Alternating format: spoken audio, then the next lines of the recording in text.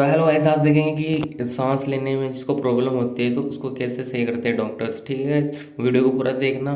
ठीक है कि इसके अंदर पाइप डालते हैं, वो कैसे डालते हैं। ठीक है, तो पहले क्या करेंगे, इंजेक्शन देंगे इसको जिससे कि इसको दुख ना हो। ठीक है, फिर इसके मुंह के अंदर मशीन लगाएंगे। ये देखो मशीन लगेगी जिसको देख सकें। ठीक है, डिजिटली।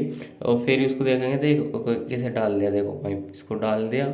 ठीक है, इसको पाइप को डाल दिया इसमें। ठीक है, छोटा सा।